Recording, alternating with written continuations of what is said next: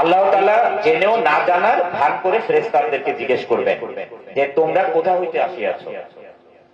আমরা এদিকে অ্যাটেনশন দেই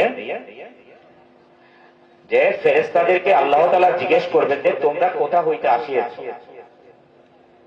তখন ফেরেশতারা বলবেন যে হে আল্লাহ, আমরা অমুক মজলিস হইতে আসিয়াছি। তখন আল্লাহ তাআলা ফেরেশতাদেরকে আবারও জিজ্ঞেস করবেন যে ওই মজলিসে কি নিয়ে আলোচনা হচ্ছিল।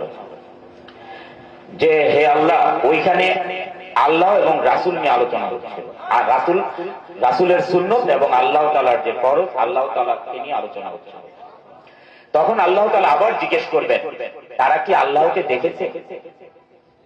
তখন ফেরেশতাগণ বলবেন যে হে আল্লাহ, তারা তো আল্লাহকে দেখেন না।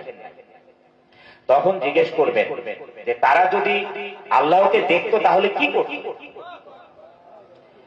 তখন আবার ফেরেশতাগণ বলবেন যে তারা যদি আল্লাহকে দেখতে পাইতো তাহলে আরো তারা আল্লাহকে পাওয়ার চেষ্টা করত। এমন করতে করতে এক সময় জিজ্ঞেস করবেন যে তারা কি হইতে পানা চাইয়াছে। তখন বলবেন ফেরেশতাগণ যে তারা দোজখ হইতে পানা চাইয়াছে। তখন আবার ফেরেশতাগণ জিজ্ঞেস করবেন যে তাহারা কি কখনো দোজখ দেখিয়াছেন। তখন বলবেন যে হে আল্লাহ, তারা দোজখ কখনো দেখেন। তখন আবার জিজ্ঞেস করবেন যে যদি তারা দোজখ দেখিত তাহলে কি করি।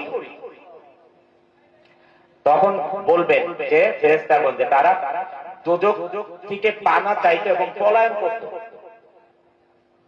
তখন আল্লাহ তাআলা খুশি হয়ে বলবেন যেই মজলিসে যারা ছিলেন তাদের বিগত দিনের সমস্ত পাপ আমি মাফ করে দিলাম।